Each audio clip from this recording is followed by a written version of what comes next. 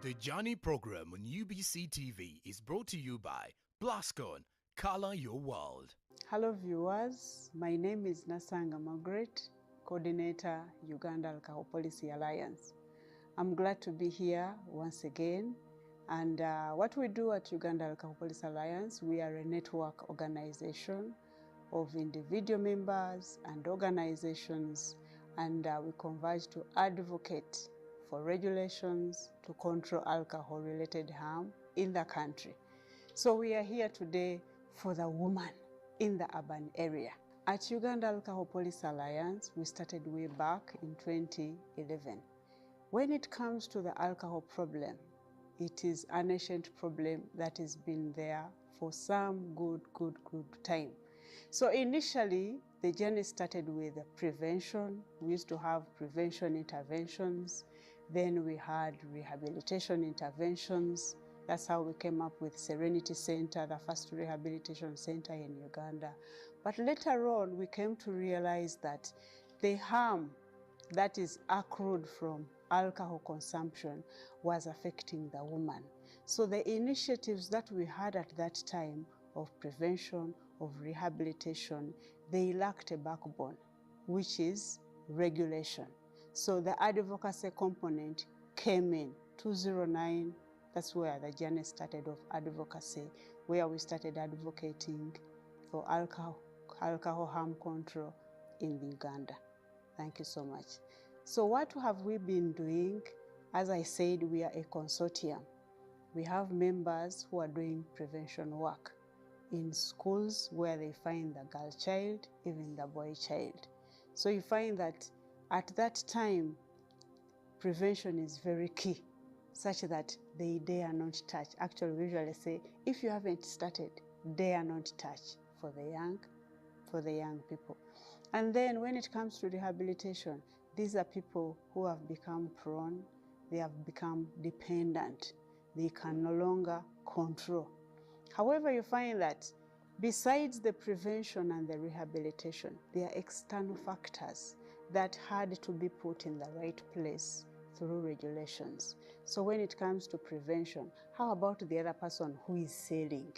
So you find that the law will come in to curb early consumption by controlling the hours of sale, by controlling the age limit, such that the person selling knows that for someone who is below 18, right now we are advocating for 21, they shouldn't be sold alcohol.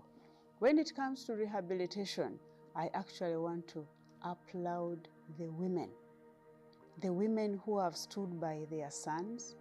I've seen them. I've been there. I've ever worked in a rehabilitation center as an administrator. I would like to applaud the women who have stood by their daughters, who had been taken up by addiction. There are also the men. They have also been there. It's only that today it's for the women, but for the men, feel okay. Today it's for the woman, the women who have stood by their husbands when they come for rehabilitation. Thank you so much. Usually we don't work alone as a network. You find that we work with people in the communities. As the network, we do national advocacy, and our members do subnational advocacy. So you find that those ones who are doing subnational advocacy, they have components of empowerment, then they have components of livelihoods. We have witnessed people who have left brewing and they have shifted to other income generating activities, because we know that at the end of the day, there is income out of the alcohol business. But the related harm, because you find that most of these women, let me say those ones who are brewing, they have young girls around. So at times, as these customers come to take the alcohol, they go away with our girls at times. So our members have been encouraging the women involved in the alcohol business to resort to alternative income generating activities. We have also had empowerments for the women, such that they know, when I do this, this is what I get. When I do this, this is the outcome of my actions. So it means that at the end of the day, they will be making well-informed decisions.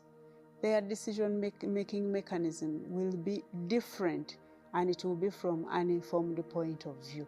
So you find that even the girls, when they are empowered through the prevention activities, through the smart clubs in the schools, they are also aware that when I do this, I put my life at risk. It means my education is at risk. It means my future generation is at risk.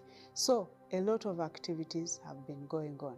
In the communities, we work with the cultural leaders, we work with the community leaders, especially the LOC system. We appreciate the LOC system. Initially, right now, we have been with an activity, a project in Kawempe Division. I applaud all the local leaders in Kawempe Division. They have supported us. The women there have supported us. And there are those who would remind their girls, especially for the smart clubs, those ones in the community where we've been working for NCD prevention. They would remind their girls because they would know if this girl is at the play field at this time, it means she will have less time to engage into the other activities that bring negative consequences at the end of the day. So we've had awareness creation in the communities. We've collaborated with the leaders in the community such that even when the project ends, there is some sustainability. When we need them, they are just a call away. They just merge them and we meet with them. The major challenge that we found is that alcohol is embedded in our cultures, be it in Buganda, be it in Busoga, be it in Ankole. It is part and parcel of our cultures. So you find that long time ago, our grandparents used to use alcohol, but they had time frames. In the morning, they were expected to be in their gardens because their leaders expected them to have gardens. Actually, they would ask you, Oino Musiri, do you have a plantation? They had to be with a plantation for cassava, a plantation for matoke, to ensure that their families are well fended for. Unlike nowadays, you find that someone in the morning is in the bar.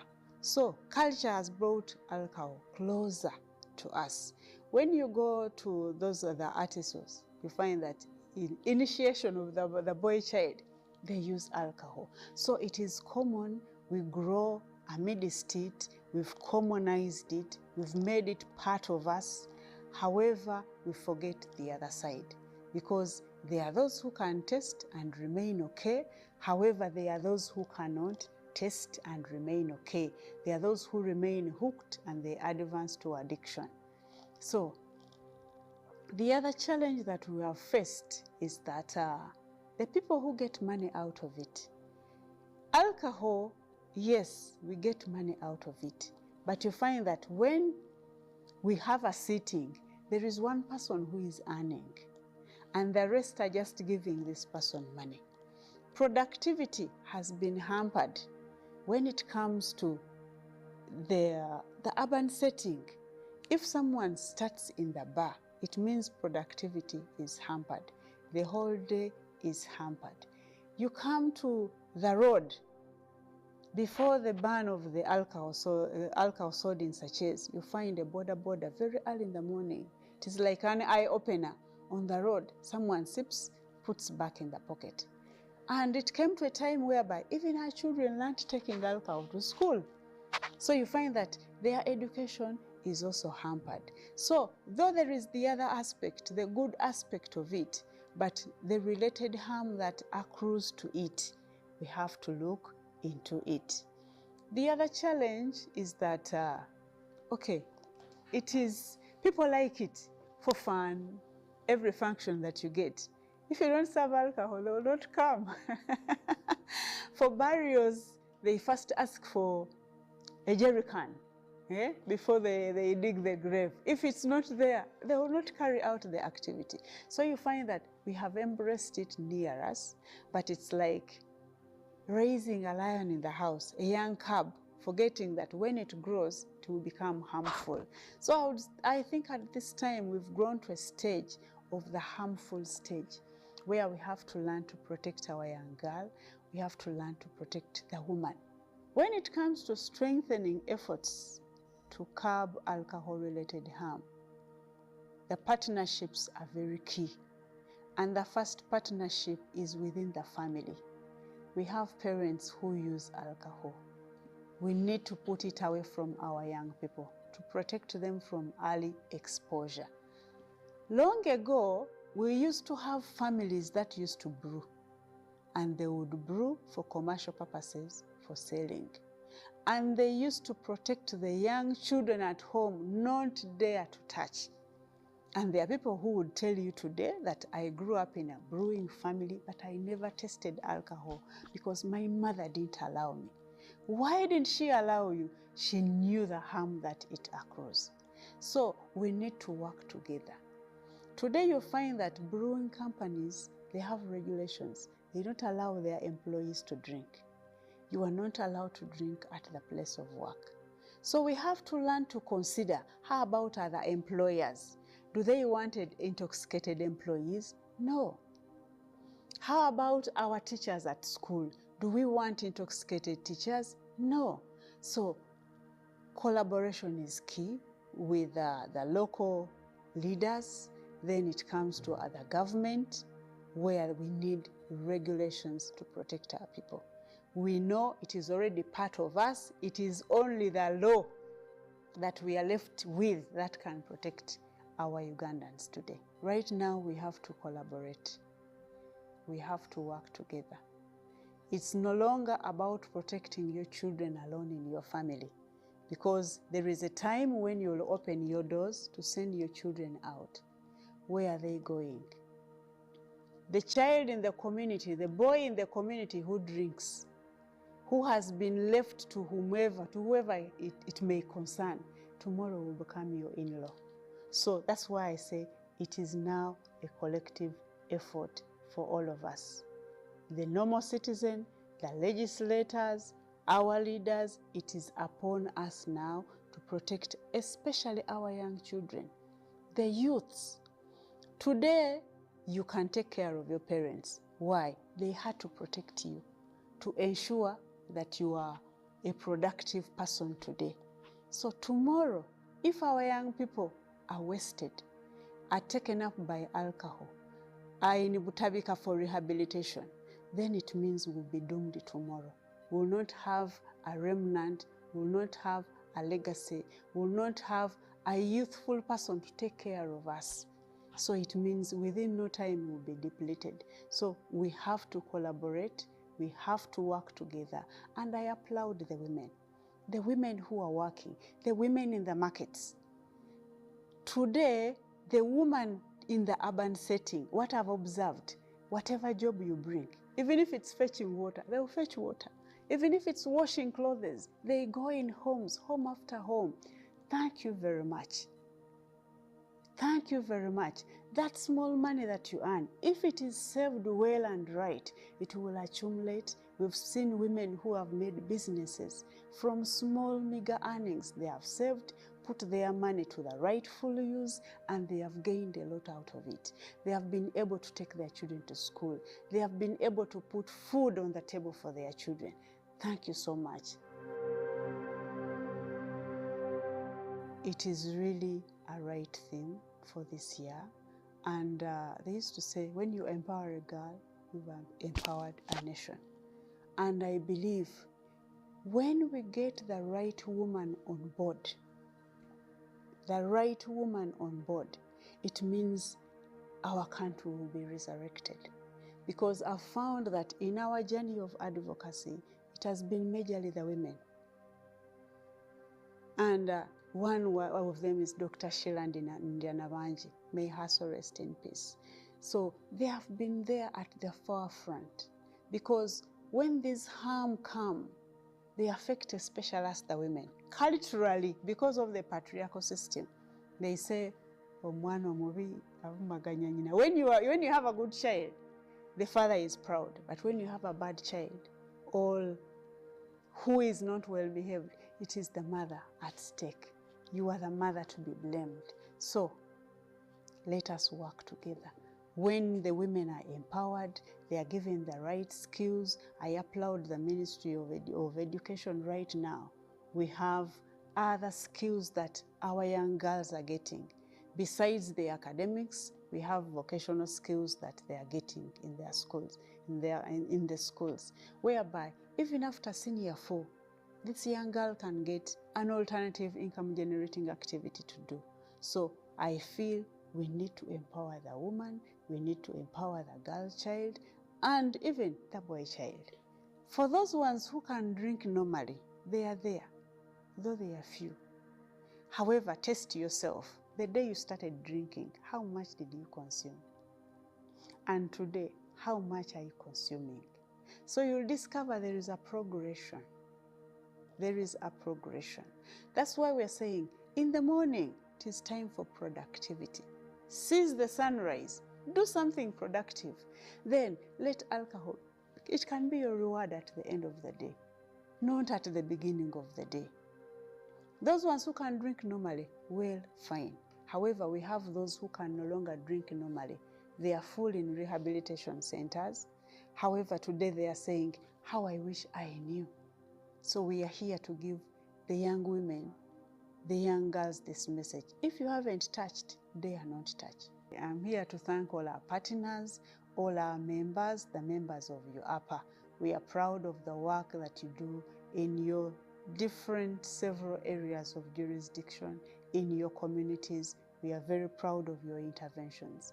I also applaud our funders, IOGT-NTO movement. It is also a Swedish NGO, so we applaud them for the funding. I also applaud Uganda Alcohol Policy Alliance for the grooming. Not everyone comes here, so they have groomed me step by step, and here I am. And I also thank every woman who stood beside me to be who I am today. And I also pledge I'll do the same for other women, other girls, to be better. Thank you so much. Phone contacts, I can be reached on 0750 44 78 78. MTN is 0772 58 36 78. Thank you so much. The Journey program on UBC TV is brought to you by Plascon. Color your world. Hello viewers, it gives me great delight to be again here at UBC.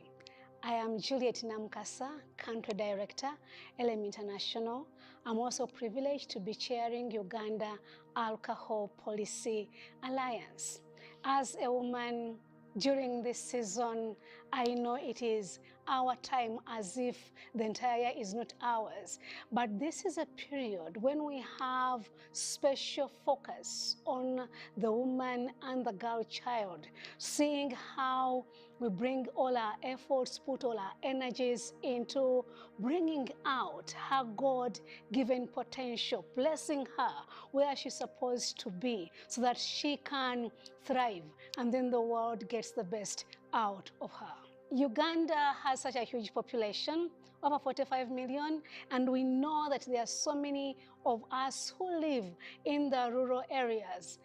Women in the rural areas have their own unspeakable challenges, if I may term them so. And I draw this from the experience that I've had over the years working in northern Uganda, and these days in the refugee settlements of Kyangwali and Rhino Camp. They are unique, allow me say so, challenges.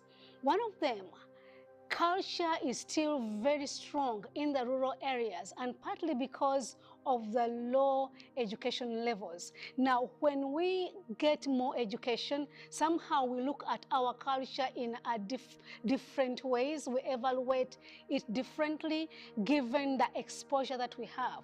But most of these women here, some of them have never crossed the boundaries of their district, leave alone the men who decide the fate of these women. So I have seen many of them with low levels of education, and yet they carry such an awesome task and responsibility of taking care of their children. And if I may look at the refugee woman who is in the rural Uganda. We thank Uganda so much for giving them room where they can be. But in those rural areas, they really face a lot of challenge. High poverty levels. Just to let you know that a refugee is given about $4 a month to live on. In essence, it is 500 shillings per day. And the rural man has to face this. High level of education is low. Some of them have been marginalized in being brought up that even they are not able to make the most of the environment around them. But also they are at the mercy of the men. Some of the men are so culturally grounded that even when they see the circumstances in which their wives live, they still claim or demand certain rights. And when we talk about the woman, then we bring the girl into perspective. The girl in the rural area continues to suffer. They walk long distances, fetching the water. They have to be at home, supporting their mothers. For example, if there are anyone who is sick, this girl is drawn from school to stay at home and support the mother.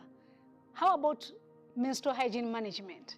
That looks very small and to the urban setting and maybe to the rich, but that's a big problem that our rural girls are dealing with. And at times when you talk about the rural girls, even the urban poor feel like, well, why are you leaving us out? But today we are focusing on the rural woman. When we are looking at sustainable development, allow me here to focus just on these two aspects, the social and economical. For now, I will not talk about the environmental aspect.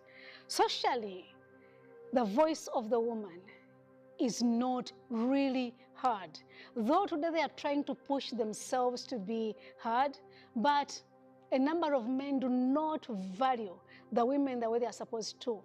We talked about the low levels of education. I have seen this in the refugee setting, where many of them are illiterate.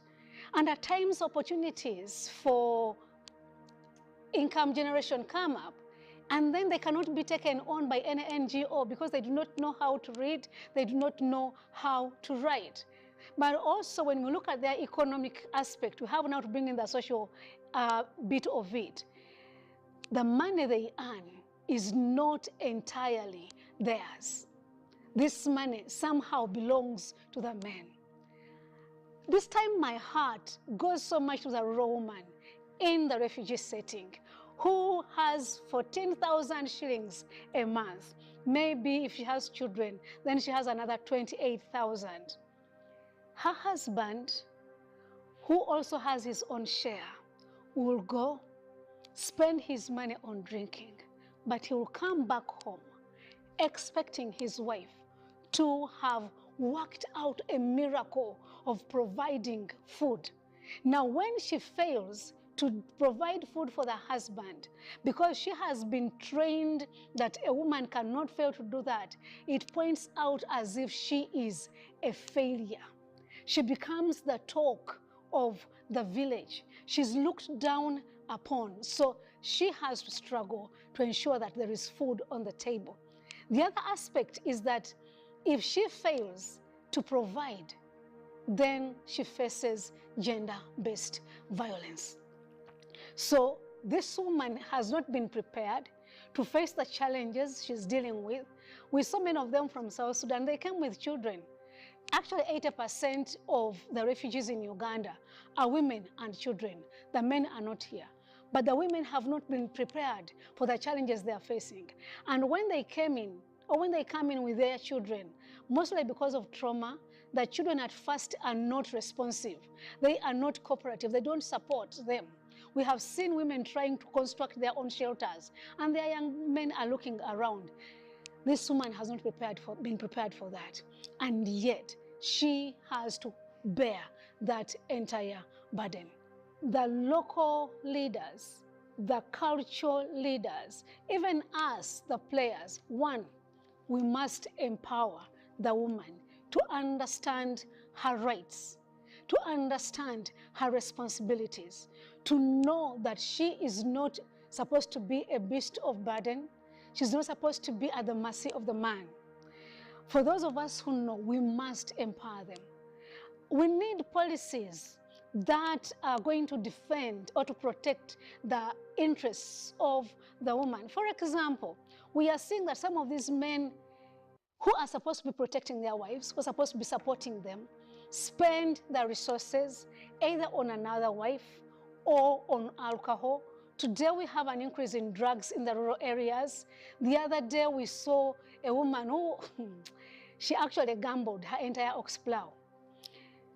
Another one brought her child for gambling because she had spent all the money, and this was in Abim. These are not stories, these are realities. These women feel that maybe they can get some little money. But if there were laws in place, for example, limiting the hours of alcohol access, so that these men are able to go and work before they indulge in their alcohol, that would be very, very helpful.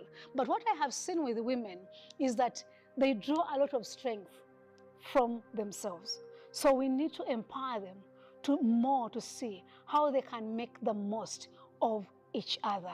Women draw a lot of strength. And then the other one is men being the voice for the woman. I have seen men who appreciate the women. They will fight for their daughters. They will fight for their women. If we had so many such voices, our women will be protected.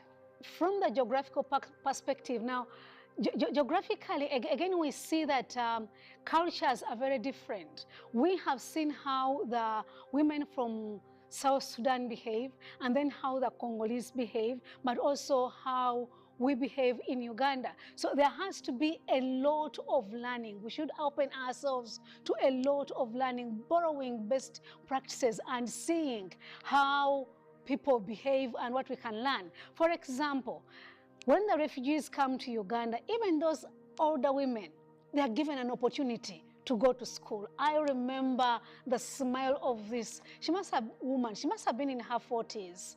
She was coming from school. She had her notebook. You would have seen the smile.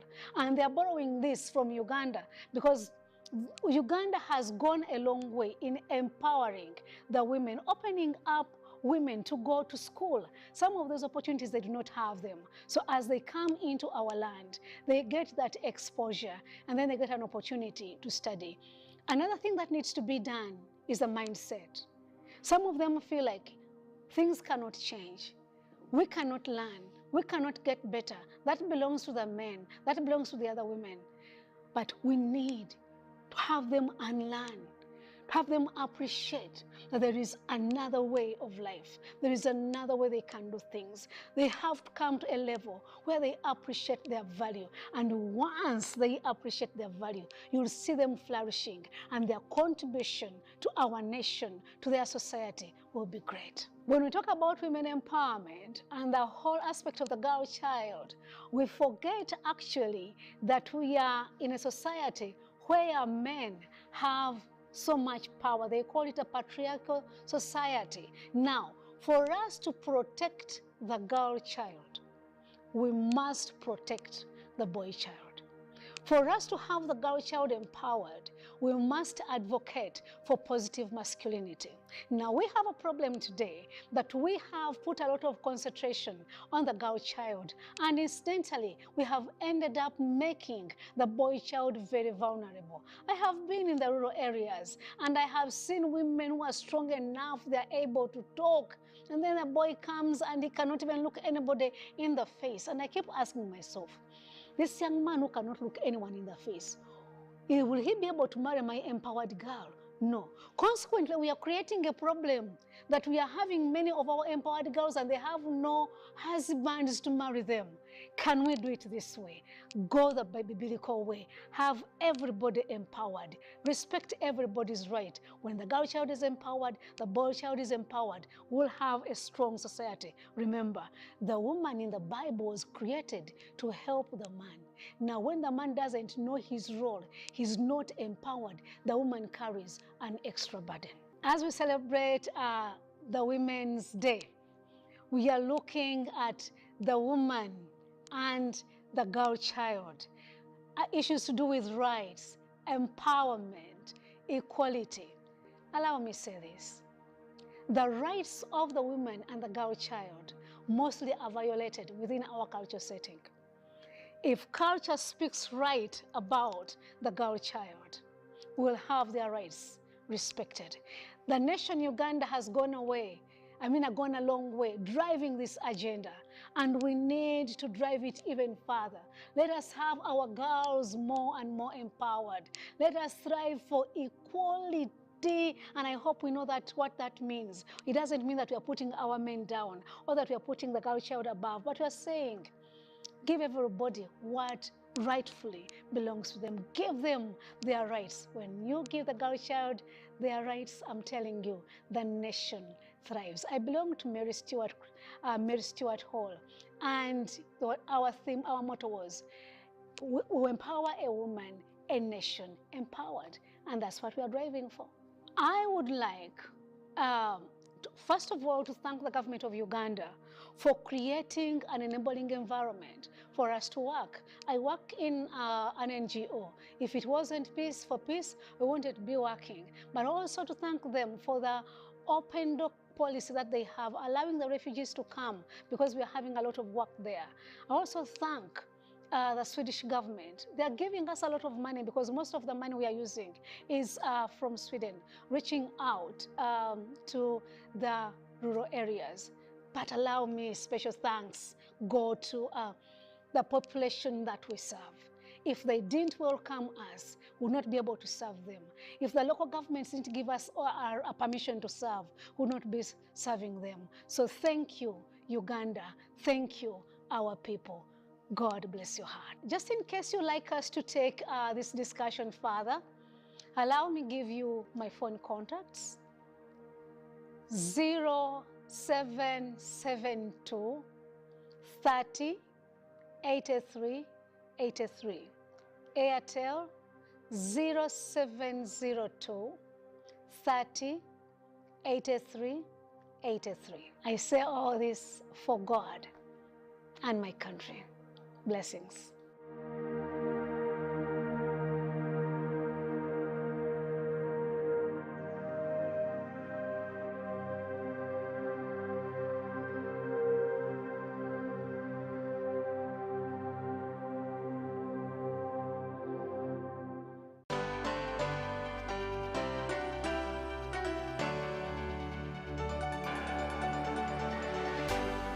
UBC, inspiring Uganda.